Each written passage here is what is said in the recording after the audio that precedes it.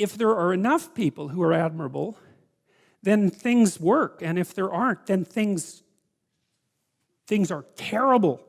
You get wiped out. You remember when Abraham is bargaining with God with regards to Sodom and Gomorrah, he asks God to save the city if there's like 40 admirable people, right? Respectable. But let's say admirable, right? I don't want to say good, because good is being corrupted in some sense by casual usage.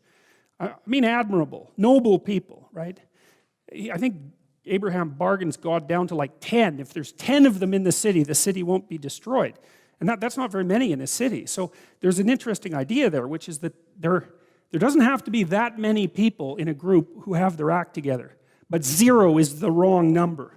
And if it's 0, then we're seriously in trouble. And I think that goes along with the idea of the Pareto principle in economics too, which is that it's a small minority of people who do most of the productive work in any given domain.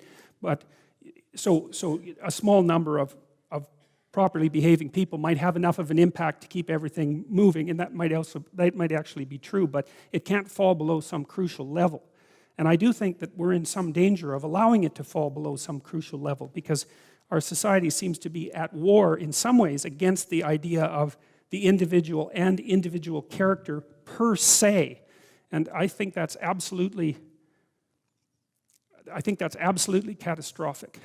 And that's part of the reason that I'm doing these biblical lectures, because I think that I've known for a long time that the moral presuppositions of a culture are instantiated in its stories. They're not instantiated in its explicit philosophy. There might be a layer of explicit philosophy, and of course there is in the West, and a layer of explicit law, but underneath that there are stories. And there isn't anything under the stories except maybe behavior, and that's so implicit it doesn't even actually count. It's not a cognitive operation.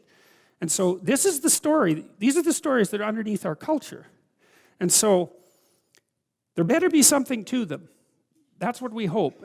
But more importantly, maybe we shouldn't toss them away without knowing what they mean, because if we toss them away, then we are throwing everything that we depend on away, as far as I can tell, and we will pay for it. We'll pay for it individually because we'll be weak. Because if you're not firm in your convictions, then someone else who's firm in their convictions, you're their puppet, like instantly. And then you're also the puppet of your own doubts, right? Because unless you have convictions, you're going to generate doubts like mad, because everyone does. And then the doubts will win, and you'll be paralyzed, because there'll be 50% of you moving forward and 50% of you frozen stiff, and that'll be enough just to lodge you in place.